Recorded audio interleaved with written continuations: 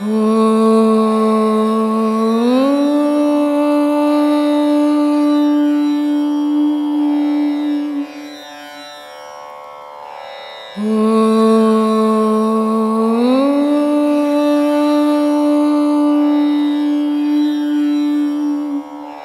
நீங்கள் ஆன்மீகம் அப்படிங்கிறத வெறும் சாமி பக்தி இல்லை, ஏதோ ஒன்று நினச்சி ஒரு போதையாக அந்த நேரத்தில் அப்படி அந்த அனுபவமாக கொண்டு போகாமல் ஒரு அறிவியல் அடிப்படையில் உன் மனம் உன்னோடைய செயல்பாடுகளை ஒழுங்கடுத்தி பண்ணிக்கிறது அப்படின்னு எடுத்துகிட்டு போகிறேங்க ஐயா. இந்த அடிப்படையை ஒரு எப்படி நீங்கள் கட்டமைச்சிங்க? அனுபவம் தான்மா இதுக்கு காரணம். மெயினாக சிந்தனை தான் எல்லாத்துக்கும் பேஸ். எல்லாத்துக்கும் பேஸ் மனம். மனத்துக்கு அப்புறம் சிந்தனை, சிந்தனைக்கு அப்புறம் செயல். இது மூணும் தான் உலக தொடர்ச்சி. அதுக்கப்புறம் கடவுள் தொடர்ச்சி இருக்கட்டும். மனசு சிந்திக்குது, கடவுள் எப்படி இருப்பார், அவர் எந்த ரூபத்தில் மனிதனுக்குள்ளே இருக்கிறார், அவருடைய செயல்கள் என்ன, இது சரியா தப்பா, இப்படியே மனம் சிந்திக்க சிந்திக்க சிந்திக்க அந்த சிந்தனை செயலாக மாறுது. அந்த செயலாக மாறும்போது இதுக்கெல்லாம் எது எது பேஸாக இருக்குது அப்படின்னா, கண் ஒன்றுக்கு பேஸாக இருக்குது, காது ஒன்றுக்கு பேஸாக இருக்குது, மூக்கு ஒன்று பேஸாகுது, வாய் ஒன்று பேஸாகுது, உடல் ஒன்று பேஸாகுது. இது வெளிப்பொருள். இந்த அஞ்சியுமே வெளிப்பொருள். அப்போது இந்த அஞ்சியும் ஞானி என்ன சொல்கிறான், பொய்டான்றான். ஆனால் அஞ்ஞானி என்ன சொல்கிறான், இது மெய்டான்றான். அப்போ ஞானி சொன்னது மெய்யா, அஞ்ஞானி சொன்னது மெய்யான்னு பார்த்தா ஞானி சொன்னது தான் மெய்யாகுது. ஏன்னா இந்த அஞ்சியுமே மண்ணு தொன்ன போகுது இல்லையா. மனம் இந்த அஞ்சினுடைய பதிலை கேட்டு இந்த மனத்தினுடைய முடிவு எடுக்குது. அது சரியாகவும் இருக்கலாம், தப்பாகவும் இருக்கலாம். ஆனால் இந்த அஞ்சினுடைய பதிலுக்கு தான் அது காத்திருந்து ஒவ்வொரு செயலையும் செய்யுது. அப்போது இதில் முக்கியமான பதிலை எதிர்பார்க்கறது எதுக்கிட்ட, கண்ணுக்கிட்ட. அதுக்கு அடுத்தது காதுக்கிட்ட, அதுக்கப்புறம் தான் மீதி இந்த 3 பொருள்கிட்ட. அப்போது யார் என்ன பேசுகிறான் அதுக்கு பதில் சொல்லணும். அப்போ அந்த காதுக்கு ரொம்ப முக்கியத்துவம். கண் எதை பார்த்தது அதுக்கு ரொம்ப முக்கியத்துவம்.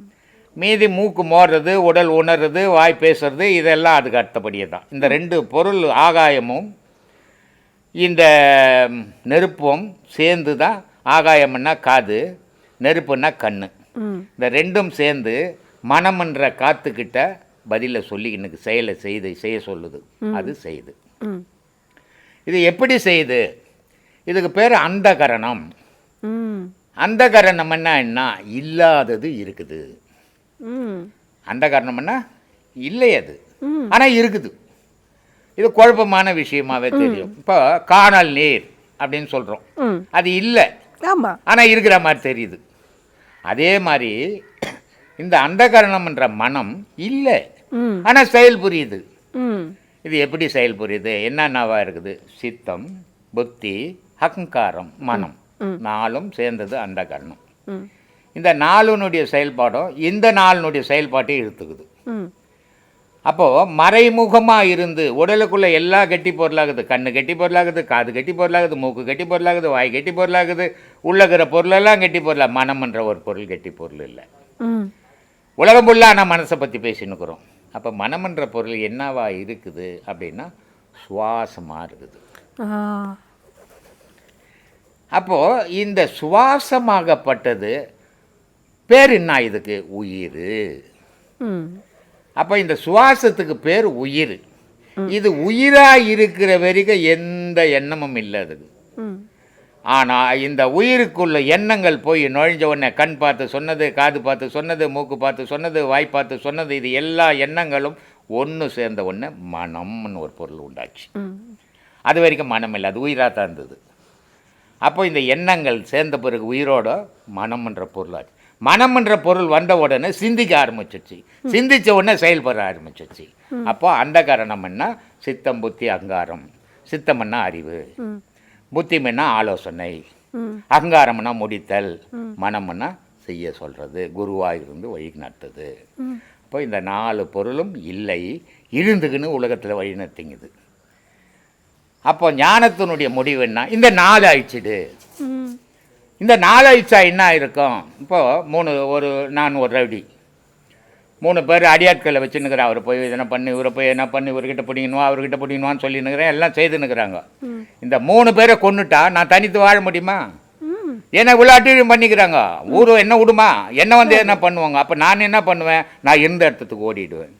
அப்போ நான் பிறந்தது ஆன்மாவோடு இணைஞ்சிடுவேன். அப்போ மனம் என்ற ஒரு செயல் இல்லை. மனம் என்ற செயல் இருக்கிற வரைக்கும் மனித செயல். மனம் என்ற செயல் போய் ஆன்மா செயல் வரும்போது மகானுடைய செயல். சொல்லுங்க. நிறைய விஷயத்தில் எங்கேயாவது சொன்னால் பித்துக்கள் சாப்பிட்றவங்களுக்கு இருக்குது, பித்துக்கள் சாபம் இருக்குன்னு சொல்கிறாங்க. ஒரு பாவமும் கிடையாது. மனுஷனுக்கு அபாவம் பண்ண பாவம் தான். பித்திருக்களுக்கு வேறு வேலை கிடையாதா? ஏமா எங்கே உட்காந்துங்கிறான் பித்திருக்கள்? அவன் பாவம் வர்றது நேராக வந்து சொல்ல வேண்டியது தானே. நான் தான் உங்கள் சொந்தக்காரு, நீ இந்த பாவம் பண்ணுற, அதனால் உனக்கு இந்த தண்டனை கொடுக்குறேன் பித்திரு வந்து சொல்ல வேண்டியது தானே. எவனோ மூட அன்றைக்கி காலத்தில் ஏமாற்றி வச்சான் ஜனத்தனா அதை இன்னும் நம்பிக்கின்னுக்கிறீங்கள. பித்திருக்கள்னு எங்கம்மா இருப்பான்? உங்கள் அண்ணன் செத்து போயிட்டாருன்னா நாளைக்கு 10 நாள் 15 நாள் பொறுத்து வேறு இடத்துல பிறந்து வாழ்வார். அப்புறம் அவர் எங்கேருந்து உனக்கு சாபம் கொடுப்பாரு? உங்கள் அம்மா செத்து போட்டாங்கன்னா 15 நாள் போட்டு வேறு இடத்துல பிறக்க போகிறாங்க. அவங்க எங்கேருந்து உங்களுக்கு சாபம் கொடுப்பாங்க? இந்த மாதிரி மனுஷனை பயம்படுத்தியே வாழ்க்கையை கெடுத்துட்டாங்க. இதான் எங்கள் அண்ணன் மகனுக்காக தான் நான் கேட்குறேன். நம்ம கொஞ்சம் கஷ்டப்படுறேன்னா இப்போ நான் கூட ரொம்ப கஷ்டமாக தான் இருக்குது எனக்கு கூட. ஆனால் அதனால் எங்கள் அப்பா வந்து எனக்கு பாவம் பண்ணுறாருன்னு சொல்கிறாரு. நான் பண்ணுறாரா? எங்கள் அம்மா வந்து பண்ணுறாங்களா? நான் பண்ணுற தவறுக்கு நான் கஷ்டப்படுறேன். அது மாதிரி அவன் பண்ணுற தவறு அவன் பண்ணுற நன்மைக்கு ஏற்ற மாதிரி அவன் வாழ்க்கை அமையுது. பித்ருகளுக்கு வேறு வேலையே கிடையாதா? அது எங்கே இருக்குது? இப்போ நம்ம கூட வந்தால் இந்த மாதிரி ரொம்ப கஷ்டமாகுது, ஏன்னா கொஞ்சம் எத்தனை வந்து கொடுன்னு நம்ம அதுக்கிட்ட பித்ருக்கிட்ட சொல்லு, இது மாதிரி நான் இந்த மாதிரி குழப்பத்தில் இருக்கிறேன், பையன் எல்லாத்தையும் வீணாக்கிட்டான், நான் உன்னை வருஷம் கும்பிட்றேன், எனக்கு ஒரு பொட்டி எடுத்துன்னு வந்து கொடுத்துடுன்னு பித்ருக்கிட்ட கேள்வி. ஏமா பித்ருவாகுது? மனுஷன் இருக்கிறான், அவனை மதிக்க மாட்டேன்றான், எங்கேயோ செத்து பிறந்து வாழ்ந்துன்னுக்கிற பித்ருவை நினச்சின்னுக்கிறீங்க. எங்கம்மா இருக்கிறான் பித்ருவு? பித்ரு சுற்றுச்சுன்னா உலகம் தோணின காலத்துலேருந்து பித்ருவங்க இருந்தால் நம்ம எந்த மூலிக்கு நாசனமாக போடுவோம். பித்ரு நம்ம மேலே நடந்து போடும். சும்மானா எவனோ ஏதையோ காலத்தில் ஏமாற்றி வச்சான் பித்ருன்னிட்டு அவன் பொழப்புக்குன்னா அத்தை வந்து இன்னும் போய் எடுத்துன்னு தெரியுறீங்களே. நம்ம செய்கிற பாவம் புண்ணியந்தான், நம்ம விதி தான் நம்ம வாழ்க்கையை நிர்ணயம் பண்ணோம். எந்த பித்ருவுக்கும் நமக்கும் சம்மந்தமே கிடையாது. உடலை விட்டு உயிர் பிரிஞ்சு போச்சுன்னா உடல் அடையாளம் தெரியுமா? இவர் எங்கள் அண்ணாத்த, இவர் எங்கள் தங்கச்சி, இவர் என் சம்சாரன்னு.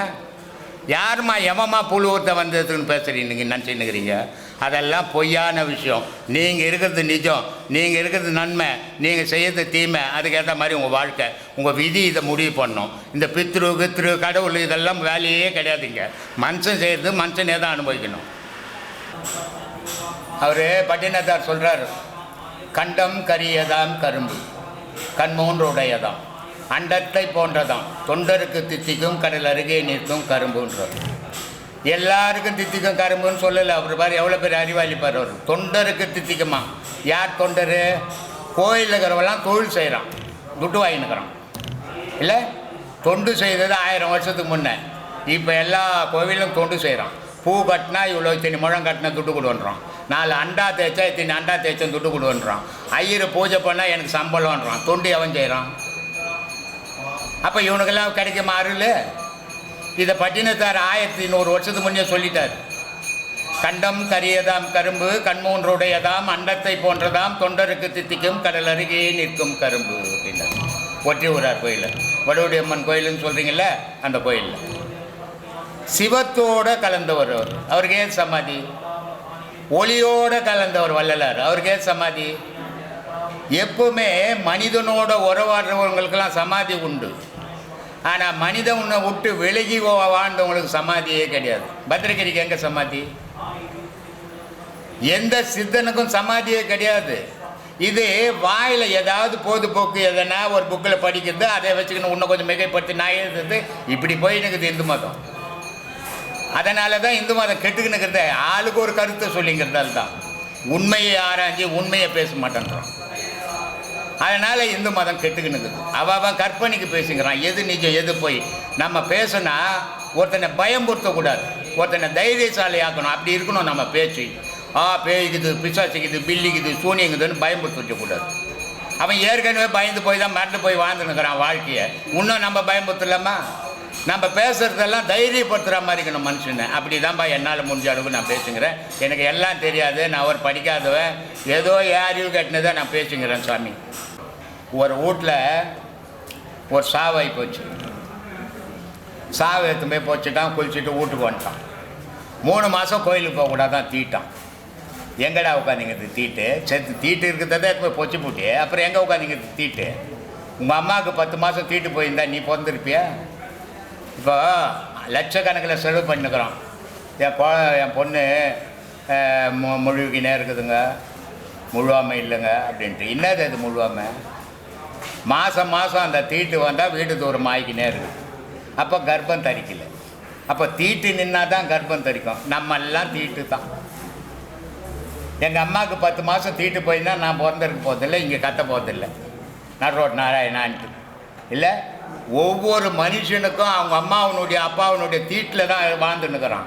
ஆனால் செத்து போய் பொச்சிட்டு ஒன்று தீட்டு, கோயிலுக்கு போகக்கூடாது. தீட்டாச்சை ஏன்டா கற்பனை கொளுத்துனாங்க? சாமிக்கு மருந்தை கொளுத்துலாமாங்க? தீட்டாச்சை தலைமாட்டில் ஏன்டா விளக்க கொளுத்துன? யோசித்தானே? எவனோ மடையம் சொல்லி வச்சதெல்லாம் இங்கே செய்துன்னுக்குறான். இப்போ சிந்திக்கவே இல்லை. ஒருத்தர் செத்து போட்டான், உடனே அவனுக்கு விளக்க கொளுத்து தேங்காய் உடச்சி ஊத வச்சு கொளுத்து வச்சிட்றான். கொளுத்தலாமா? சாமிக்கு வைக்கிறது போய் பொணத்துக்கு வைக்கலாமா? ஏன் யோசிக்கல? யோசிக்கவே மாட்டான். இவனுக்கு மூளை இருந்தால் தானே யோசிக்கிறதுக்கு. அவர் சொன்னாருங்க செய்துங்க அப்படின்னு. இல்லை, தீட்டு பொருளை வச்சுக்கின்னு விளக்க கொளுத்துலாமா? தப்பு இல்லையா? எப்படி கொளுத்துற? இதெல்லாம் கொளுத்திட்டு அப்புறம் கோயிலுக்கு மட்டும் போகக்கூடாதா? ஏண்டா செத்தவனையே எதுக்கு தேங்காய் உடச்சி வைக்கிறான்? எதுக்கு வீடு, எவ்வளோ பெரிய வீடு இருந்தாலும் நடு ரோட்டில் எடுத்துன்னு வந்து போடுறான்? ஐயா இவர் நல்லவரோ கெட்டவரோ, இவர் ஊரில் அக்குறம் பண்ணாரோ நல்லது பண்ணாரோ, இப்போ அவர் ஒன்றுமே பண்ண முடியாது, ஊந்துட்டார். எல்லாரும் வாங்கன்றதுக்கு தான் ரோட்டில் தூக்கிட்டு வந்து போடுறான். இல்லை, அதை போட்டு தீட்டு வந்துடுச்சுடான்னா எங்கேருந்துடா தீட்டு வந்தது? உன் பொண்டாட்டி தீட்டு இல்லை, உன் பொண்ணு தீட்டு இல்லை, உன் புள்ள தீட்டு இல்லை, நீ தீட்டு இல்லையா? இதையெல்லாம் சிந்திச்சாதான் ஆன்மீகமே புரியும். இதெல்லாம் சிந்திக்காமல் கண்டதை தீட்டு, இவனை தொட்டா தீட்டு, அவனை தொட்டா தீட்டுன்னா இப்போ எல்லாரும் சொல்லுவாங்க, ஏய் அவள் எஸ்சி, அவள் இடுப்பில் தோளில் துண்டு போடக்கூடாது, காலில் செருப்பு போடக்கூடாது. என்னடா மனுஷன் தானேடா? ஏன்டா இந்த பாகுபாடு உங்களுக்கு? ஆனால் அப்படிப்பட்டவனை உங்கள் அப்பன் செத்தவொடனே முதல்ல அவங்ககிட்ட அவன் சொல்லி மோளை அடிக்க சொல்கிறேன். அது எப்படிடா நியாயம்? இதெல்லாம் யோசிக்கணும். மனுஷனுக்குள்ளே பாகுபாடே வரக்கூடாது. எல்லாரும் தாய் வயிற்றில் பிறந்தவன் இந்த பூமியில், எல்லாரும் இந்த மண்ணில் அழிய போகிறவன். இதில் என்ன வேற்றுமகுது? வசதி இருந்தால் உன்னோட போ, வசதி இல்லை என்னோட போகிறேன். அந்த மாதிரி மனோபாவத்தை வளர்த்தால் தான் தெய்வீகத்தை வளர்க்க முடியும். மூல பதியடியோ 32 வீடதிலே, கோல பதியடியோ குதர்க்கம் தெருநடுவே, சால பதிதனிலே தனலாய் வளர்ந்த கம்பம், மேலை பதிதனிலே என் கண்ணம்மா விளையாட்டை பாரேனேன்றார். இப்போ அகஸ்தியர் சொன்னார்ல, அதே தான் இதுவும் வித்தியாசமா இவருடைய பாணியில் இவர் சொல்றாரு. மூலப்பதின்னா 2 பதி இருக்குது ஒரு மனுஷனுக்கு. ஒரு பதி இது, ஒரு பதி மூலாதாரம். இது மூலப்பதி. மூலப்பதியில் என்ன ஆகுதுன்னா நெருப்பு மாதிரி எரிஞ்சின்னு தான் விந்து. அந்த விந்து ஆகப்பட்டது நெருப்பு மாதிரி எரியலன்னு சொன்னால் மனிதன் மரணத்துக்கு போயிடுவான். இப்போ டாக்டர்கிட்ட போனீங்கன்னா 3 நாடி பிடிச்சி பார்ப்பார் கையில். இப்போ பெருவாரி கரெக்டாக நாடி பார்க்குற டாக்டர் இல்லை. போன உடனே உன்னையே கேட்டு அவரே மாத்திரை எழுதுறாரு. முன்ன வந்து இந்த 3 நாடி வைத்தியனாக இருந்தாலும் டாக்டராக இருந்தாலும் பார்ப்பாங்க. அந்த 3 நாடி என்ன நாடி? பித்தம்,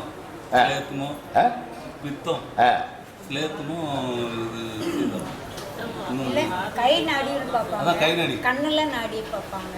இல்ல அது இல்ல, இது கை நாடி என்ன நாடி? வாதம், பித்தம், சிலோஸ்தமம்.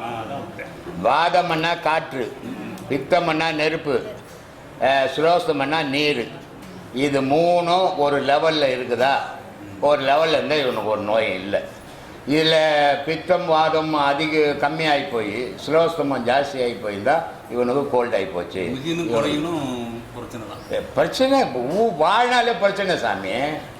வாழ்க்கையே ஒரு பிரச்சனை.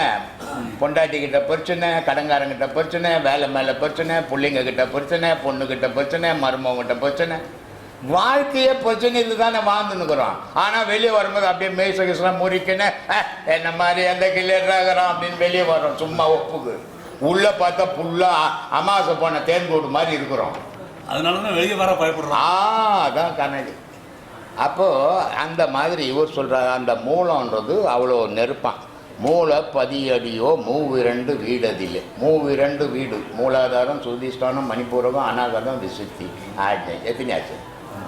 6 வீடு. 3 2 எத்தனை ஆச்சு? 6. அதான் சொல்கிறார், 6 வீடு இருக்கிறாருல அந்த முதுகு எலும்பில் அப்படின்னு சொல்கிறாரு. அதனால் சொல்கிறாரு, மூல 10 அடியோ 32 வீடதிலே கோல 10 அடியோ குதர்க்கம் திருநடு. குதர்க்கம் திருநடுவேன்னா அந்த 6 இது தன்னா 6வது வீடு வந்து குறுக்கவும் நெடுக்கவும் கது வழிடாதுக்குன்ட்டான். அதனால் சொல்கிறான், குதர்க்கம் திருநடுவே சால பதிதனிலே தனலாய் வளர்ந்த கம்பம் மேலை பதிதனிலே என் கண்ணம்மா விளையாட்டை பார்க்க. கடவுளை எங்கடா பார்க்கணுன்னா இங்கே பார்க்கணும். கண்ணால் கடவுளை எவனாலையும் பார்க்க முடியாது. பார்த்தா கண்ணு போகும். ஏமாத்தின்னு ஒன்றா இருக்கலாம். ஆனால் பாண்டியனுக்கு அந்த நோவு வரும்போது இவர் அப்பர் வந்து அவங்ககிட்ட அந்த பாண்டியன்கிட்ட இருக்கிற சிவனையே சொல்லி நீ அதை கரெக்ட் பண்ணி எல்லாத்தையுங்கிற மாதிரி ஆர்டர் கொடுத்துருந்தாரு. அது பிடிக்கும் சாமி. அவங்க இப்போ மனிதன் ஒரு வத்தி குச்சி வச்சோம்னா ஒரு விரலினுடைய நிழல் ஒரு பக்கம் விழுது. 5 அடி மனுஷன் நடந்தால் நிழல் இல்லாத நடக்கலை இல்லை. 5.25 அடி வள்ளலார் நடந்தார்னா நிழல் கிடையாது. ஏன் விழல? நெருப்பா மாறிட்டார் அவரு. அப்பரு திருநாவுக்கரசரும் அப்படிதான், ஞான சம்பந்தரும் அப்படித்தான். வெறும் அவர் சொல்றாரு, இந்த விபூதியினுடைய சக்தி வேற எதுக்குமே இல்லைடான்றது. அதனால 10 பாடலே இருந்தார் விபூதி பதிகம்னு. அவங்களுக்கு தன்னை மீறிய ஒரு சக்தி அவங்க கையில் இருந்தது. ஆனால் அவங்களுக்கு இருந்தது நமக்கு இருக்குதுன்னு சொல்லக்கூடாது, அது ஏமாத்துற வேலையாயிடும் இல்லையா? அப்போது இந்த இறைவனை பார்க்கணுன்னா எங்கடா பார்க்கணுன்னா புருவ மத்தியில் பார்க்கணுன்றான். இப்படி பார்க்கலன்னா நீ என்ன ஆவேன்றாரு. எஞ்சான் உடம்படியோ 72 வயலடி பஞ்சாக்கர ஐவரும் பட்டணமும் தான் 2 அஞ்சாமல் பேசுகின்றாய் அக்னிக்குள் தான் பாய்ந்து நெஞ்சாரன் இல்லாமல் என் கண்ணம்மா நிலை கடந்து வாடுறேன்றார். இதை பிடிக்க முடியலம்மா, என்ன ரொம்ப கஷ்டப்படுறேன் நான். நீயாவது ஏதாவது ஒரு இறக்கப்பட்டு எனக்கு பிடிக்கிறதுக்கு வழி சொல்லுமா, இல்லைன்னா நான் வீணாக போயிடுவேன்னம்மா. நான் வீணாக போகிறதுக்கம்மா பிறந்தேன் அப்படின்ற. அப்போ உடனே அந்தம்மா சொல்கிறாங்க, அடப்பாவி இது ஒன்றும் கஷ்டம் இல்லைடா, நான் சொல்கிற மாதிரி நீ செய்தீன்னா உனக்கு துன்பம் கிடையாது. அதனால் சொல்கிறாரு, முத்து முகமடியோ முற்றந்தி வீதியிலே 10ஆம் இதழ்பரப்பி பஞ்சனையில் மேல் நிறுத்தி அத்தையே அடக்கு நிலை யாருமில்லா வேலையிலே குத்து விளக்கேற்றி என் கண்ணம்மா கோலமிட்டு பாருன்னார். சாமி கும்பிட்றது எப்படா கொண்டு இந்த மாதிரி கூட்டம் கூட்டி சாமி கும்பிடுறா? சாமியே தெரியாது, கும்மாலமாக தான் இருக்கும் உண்டு. அப்போ எப்படிம்மா சாமி கும்பிட? தனி ரூமுக்கு போயிட்டுறான், உன் மூச்சை அடைக்கிறான். அத்தை அடக்குன்னா மாமியார்கிட்ட போகிறான், முட்டுக்கட்டை தூணும் இருக்கிற சொத்தெல்லாம் என் மேலே ஏது அப்படின்னு போகிறான். அத்தை அடக்கு, அத்தைன்னா மூச்சை அடக்கு. அதை அடக்கிட்டு பாடுற அந்த புரு மையத்தில் அம்பாள் வந்து நடனம் ஆடுவாடான்றான். அப்போது தெய்வத்தை எப்படி வழிபடணும்னு நமக்கு சொல்லி கொடுத்துக்கிறாங்க. ஆனால் நம்ம பகுத்து தெய்வ வழிபாடு நடத்துகிறோமே தவிர உண்மையான தெய்வ வழிபாட்டில் போகிறதில்லை. ஏன்னா உண்மையான தெய்வ வழிபாடு கடினமான கஷ்டம், பகுத்து தெய்வ வழிபாடு சுகம் சந்தோஷம் கூட்டு பிரார்த்தனை. அது ஆனால் தெய்வ வழிபாடு இல்லை, அது மத வழிபாடாக மாறிடும். நீங்கள் பிடிக்கணுன்றீங்க, அது நிலையா நிற்க மாட்டேன், நிற்காது. அவ்வளோ சீக்கிரம் நின்று போச்சுன்னா உலகத்தில் இருக்கிறவங்களாம் பிடிச்சிடுவாங்க. சிரமப்படணும், அழுவணும், கத்தணும், கதறணும். அதுக்கிட்ட நான் யார், நான் எதுக்காக பிறந்தேன், ஏன் பொறுக்கணும்? நான் சரி பிறந்துட்டேன், சாகணுமா? நான் எப்படி நான் இதெல்லாம் விட்டுட்டு சாவேன்? அப்போ நான் யார் தான், எதுக்காக தான் வந்தேன், எனக்கு பதில் தெரியணும். அதுதான் இந்த பாடம். இந்த பாடத்தை கரெக்டாக பண்ணிங்கன்னா அதுக்கு விடை கிடைக்கும். சொல்லுங்க சாமி, என்ன பாச்சு டீ வருதா இல்லையாப்பா? நம்ம ஆள் சொல்கிறான், ஏங்க வயிறு அப்படியே ஊதுதுங்க, திக்கு திக்கு திக்குன்னு எரியுதுங்க இந்த பாடம் பண்ணான் அப்படின்றான். இது எரியறதுக்கு தானே நான் பாடமே கொடுத்துக்கிறேன் உனக்கு, சொல்லு. இல்லைன்னா நீ இருக்கிற மாதிரி எதுக்கு பாடுவாங்க? இருக்கிற மாதிரி வீட்லேயே படுத்து நல்லா தூங்கி இருக்கலாமே. திக்கு திக்குன்னு எரியணும், உடம்பெல்லாம் புண்ணு வரணும், கண்ணில் வாயெல்லாம் வெந்து போகணும், கண்ணிலெல்லாம் தண்ணி ஊற்றணும். அதான் இந்த பாடம். ஆனால் இது நிலைச்சு நிற்கணும், மாறிடக்கூடாது. மாறி போச்சுன்னா நான் திருப்பி பழையபடி வந்துடுவேன். அதை சொல்கிறான் அந்த ஆள். எப்படி சொல்கிறேன் பாரு. கொல்லான் உலை போல் கொதிக்குதடி என் வயிறு, நில்லென்று சொன்னால் நிலைநிறுத்த கூடுதில்லை, நில்லென்று சொன்னால் நிலைநிறுத்த கூடினால் கொல்லென்று வந்த யமன் குறிபோவானே. இந்த எரிச்சலுக்குது நெருப்பு, இது அப்பப்போ ஆறி போகுது. கொல்லாம் கொள்ள மாதிரி தான் நான் கொளுத்துறேன், ஆனால் அது ஆறி போகுதுப்பா. ஆறி போதால் யமன் என்னை தேடி வர்றேன்னு. ஆனால் அது ஆறாமல் நான் எரிஞ்சிக்கினேன், நான் யமன் என்னை பார்த்தோன்னு ஒரே ஓட்டம் ஓடிட்டு வானேன்றோம். அப்போ துருத்தி ஊதிக்கிட்டே இருக்கணும், ஊதிக்கினே இருக்கணும். எப்பவும் போட்டு கொளுத்து. தீயில மட்டும்தான் நீ செய்த புண்ணியமும் பாவமும் அழிஞ்சு போயிடும். நீ சுத்த பிறவி ஆயிடுவ. சுத்த பிறவியானா சுத்த பொருள்ல சேர்ந்துடுவ. இந்த பூமியில உனக்கு ஜனனம் கிடையாது. ஜனனம் இல்லைன்னா மரணம் கிடையாது. இதான் சாமி ஞானம். ஒரு குரு அவர் என்ன பண்ணுவார்னா, ஒரு ஆன்மீக கிளாஸ் நடத்துகிறார், இல்லை ஒரு பாட்டுக்கு கிளாஸ் நடத்துகிறாரு. எது நடத்தினாலும் அவர் 1 மணி நேரமோ 2 மணி நேரமோ அவர் பேசிட்டு போயிடுவார். இதுதான் எல்லா இடத்துலையும் நடந்துக்கின்னு இருக்கிற விஷயம். ஆனால் நம்ம என்ன பண்ணுறோம், அதையும் தாண்டி நீ ஞான பாதைக்கு வரப்போகிற, அஞ்ஞான பாதையில் இருந்த ஞான பாதைக்கு வரணும்னு விரும்பும்போது உன் மனசுக்குள்ள கடவுள் இப்படியா அப்படியா, இப்படி இருப்பாரா இருக்க மாட்டாரா அப்படின்ற சந்தேகம் வேணாம். அதை தெளிவுபடுத்திக்கின்னு போ.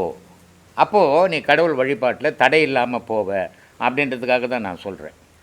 இதை கடவுள் வழிபாட்டை பற்றி கேள்றான்னா அவன் என்ன பண்ணுறான், போன மாதம் கூட ஒருத்தன் இந்த இவ்வளோ நிலம் இருக்குது, இந்த நிலத்தில் இந்த பயிர் வைக்கிறேன் அப்படின்னா நான் சொன்னேன், இப்போ இங்கே என்ன பேசின்னுக்குறாங்க, அக்ரிகல்ச்சருக்கு போனீங்கன்னா உனக்கு எல்லாத்தையும் சொல்லி கொடுக்க போகிறாங்க, புக்கு என் கையில் கொடுப்பாங்க, நீ படித்தா பயிர் வைக்கலாம், அதை இங்கே கேட்டுங்கிறேன்.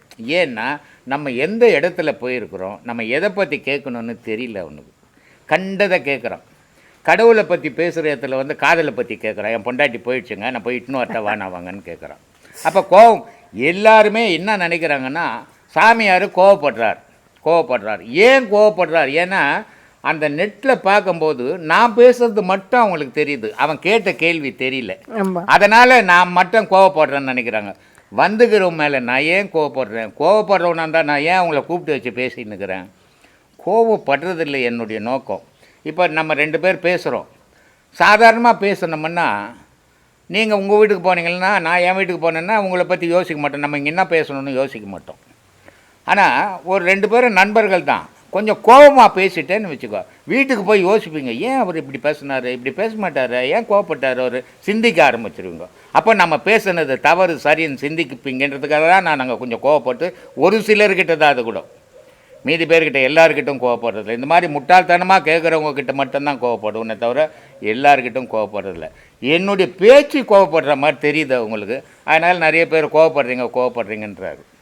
அதனால் நான் யார் மேலேயும் கோவப்படுறதில்ல. ஒரு குரு அப்படின்றவர் எப்படி இருக்கணும் அப்படின்னா, குருன்றவரே 4 பேரை உருவாக்கணுன்ற எண்ணத்தோடு இருக்கிற குரு எல்லாரையும் அனுசரித்து போகணும். யாரும் தேவையில்லை, நான் தான் குருன்னு உட்காந்துங்கிறவர், அவர் யார் அனுமதி கேட்க வேண்டியது இருக்கும், அவர் பேச வேண்டியது இதெல்லாம் இருக்கலாம். நான் அதை நினைக்கிறதே கிடையாது. ஏன்னா என்னுடைய குறிக்கோள் என்ன, 4 பேரும் உண்மையை தெரிஞ்சுக்கணும், 4 பேரும் உண்மையில் பயணம் பண்ணணும். அப்படின்னும் போது நான் அவங்களோடு இணைஞ்சால் தான் அதை செய்ய முடியும். அதை தான் நான் செய்துன்னு இருக்கிறேனே தவிர நான் வேற்றுமையே நினைக்கிறது. எனக்கு ஜாதி மதம் எதுவுமே கிடையாது. எனக்கு மனுஷன் இங்கே என்ன பார்ப்பேன், நல்லவனா கெட்டவனா, இது மட்டும் நான் பார்ப்பேன். மீதி ஜாதி மதத்தெல்லாம் நான் பார்க்கறதில்ல, ஏழை பணக்காரனெலாம் பார்க்குறது கிடையாது. அதனால் ஒரு ஃபங்க்ஷன் நடந்தது.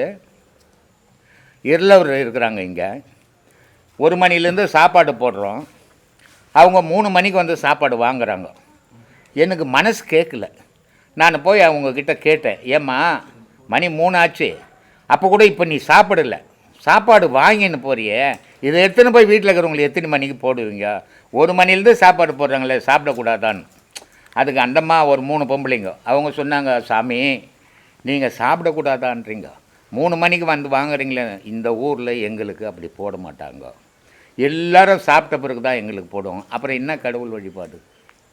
எங்கே நீ கடவுளை வழிபட்ட? வேற்றுமை வந்துடுச்சு அங்கே எங்கே கடவுள் வழிபாடுக்குது? கடவுள் வழிபாடுன்றது அன்பில் இருக்கிறது, வித்தியாசம் பார்க்காம இருக்கிறது தான் கடவுள் வழிபாடு. அதில் போய் நான் பணக்காரன், நீ ஏழை, நீ தாழ்ந்த ஜாதி, நான் உயர்ந்த ஜாதின்னு பார்த்துட்டு எங்கே கடவுள் வழிபாடு இருக்கும்? நிச்சயமா. இது இருக்கக்கூடாதுன்றது தான் என்னுடைய செயல்மா. அதை தான் செய்துன்னு இருக்கிறேன். ஏதோ என்னால் முடிஞ்சதை செய்கிறேன். இல்லைங்க ஐயா, யாராவது இடமா போயிட்டா உட்காருன்னு நீங்கள் சொன்னதே இல்லை, சும்மா உட்காரு அப்படின்னு அதுக்குனது இல்லை. இதுதான் சரி, இது கேட்குறது நீங்கள் விளக்கி தான் அவங்கள உட்கார வச்சுருக்கீங்க. எல்லாருக்கும் விளக்கி சொல்லணும். அவனுக்கு புரியல, மொட்டுத்தனமாக கேட்குறான்னு ஒரு முறைக்கு பல முறை கேட்பேன். போன மாதம் கூட ஒருத்தனுக்கு ஆன்மாவை பற்றி பேசுகிறான். அவனுக்கு மனசை பற்றியே தெரியல, உன்னை ஆன்மாவை பற்றி பேசுகிறான். சொல்லி சொல்லி பார்க்குறேன், அவன் கேட்கவே மாட்டேன்றான். கடைசியாக சரி இவனுக்கு இப்படி தான், இந்த கோழிலேருந்து முட்டை வந்த முட்டையிலேருந்து கோழி வந்தப்பாரு பதில் சொல்ல முடியாது. அது மாதிரி இப்போ கேள்விடா உண்டுன்னு. ஏன்னா இவன்லாம் எப்பவுமே தெரிஞ்சிக்க முடியாது. இப்படியே கேட்டுக்கினே வாய்ஸ் போயிடுமே தவிர, ஒருத்தர் சொல்கிறாங்க அனுபவத்தில் சொல்கிற போது அதை கேட்டுக்கின்னு அது படி பயணம் பண்ணினா தான் அது உண்மையாக பொய்யான்னு உன்னால் புரிஞ்சிக்க முடியும். கேள்வியே கேட்டுருந்தீங்கன்னா நீ வெளியே கேட்டே போயிடும், காலம் முடிஞ்சிடும், உண்மையை தெரிஞ்சிக்கவே முடியாமல் போயிடும். அதை தான் நான் படித்து சொல்கிறது. இப்படி பண்ணாதீங்க, சந்தேகங்கள் கேட்கலாம், ஆனால் கண்டதை குப்பை கூலெல்லாம் வாரின்னு வராதிங்க அப்படின்னு சொல்லுவேன்.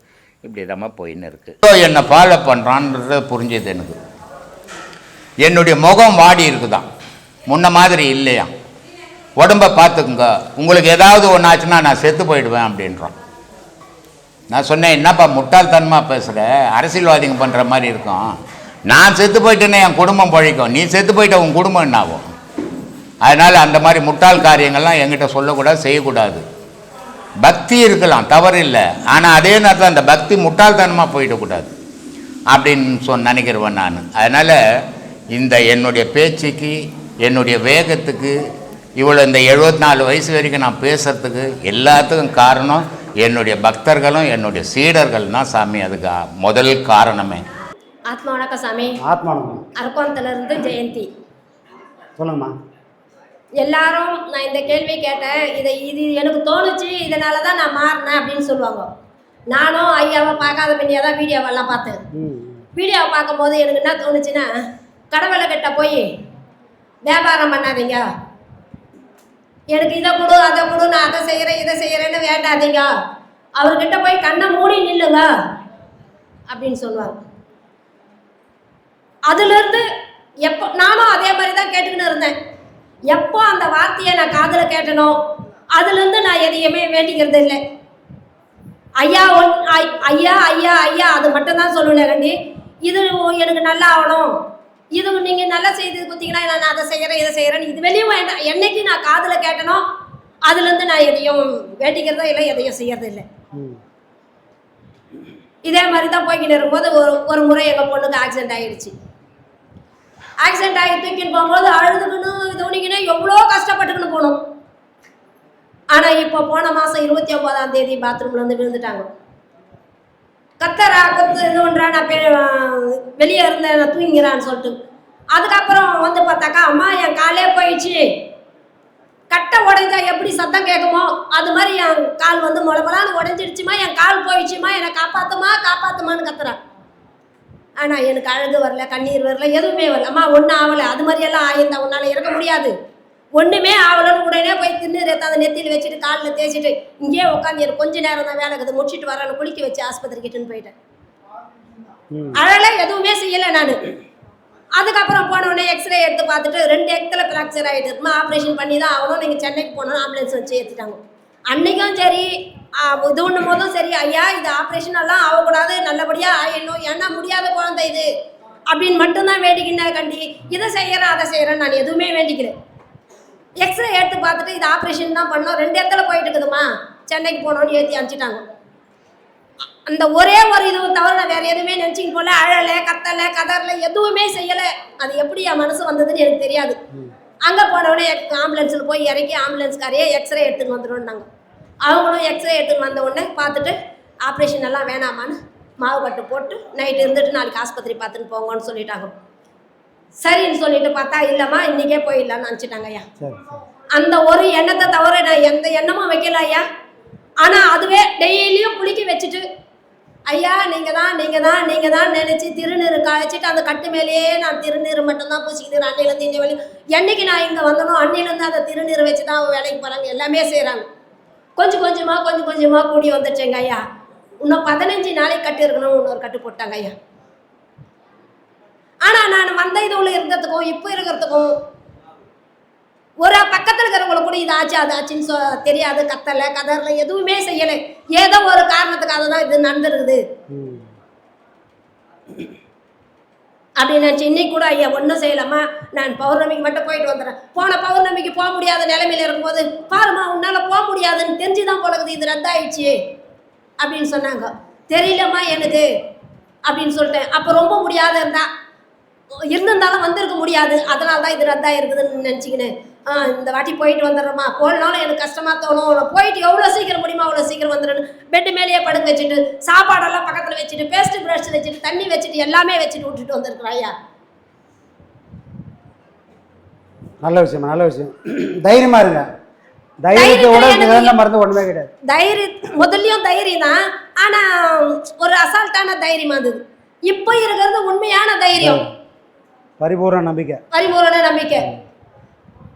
ஆனால் இதை கேட்டால் மாறினா அதை கேட்டால் மாறினான்னு அப்படின்றதெல்லாம் சொன்னாங்க. நம்ம எதை கேட்டு நம்ம இதுவானோம் அப்படின்றத நான் யோசிச்சு அந்த ஒரு வார்த்தை தான், கடவுளை கிட்ட போய் வியாபாரம் பண்ணாதீங்க, கண்ணை மூடி நில்லு, கடவுளுக்கு தெரியும் உனக்கு என்ன கொடுக்கணும்னு சொல்லிட்டு படைச்சவன் அவன், அவனுக்கு தெரியும். அந்த ஒரு வார்த்தை சோதனை வரும்போது நம்மளை எவ்வளவு பக்குவமா வச்சுக்கிட்டு அதுதான். யார் என்ன சொன்னாலும் கேட்கறது கிடையாது, காதுல கேட்கறது கிடையாது, வெளியே போய் நிக்கிறது கிடையாது. என்னன்னா சொல்லட்டும் சொல்றாங்க, இவ்வளோ இப்படி அவட குழந்தை வச்சுங்கிறா, யாருன்னா மதிக்கிறாளா பாரு, யாருக்கிட்டனா அழுகிறாளா பாரு அப்படின்னு. அப்பவே நான் கொஞ்சம் இதுதான், அப்பவே அவ்வளோ இருக்கும்போது ஐயா கிட்ட வந்து ஐயா பாடம் வாங்கின பிறகு, ஆனால் அப்போ வந்து கர்வம் கொஞ்சம் இருந்தது ஐயா, இல்லைன்னு சொல்லலை நான். ஆனால் கர்வம்னா அடுத்தவங்களை வந்து இது ஒன்றுன்னு கிடையாது, நம்மளால முடியும் நம்மளால செய்யணும். ஆனால் இப்போ நம்பன்றது கிடையாது, ஐயான்றது வந்து இருக்குது ஐயா. Super super super. ஆனால் வாழ்க்கையில் வாழணும் கொஞ்சம் கர்வம் வேணும்.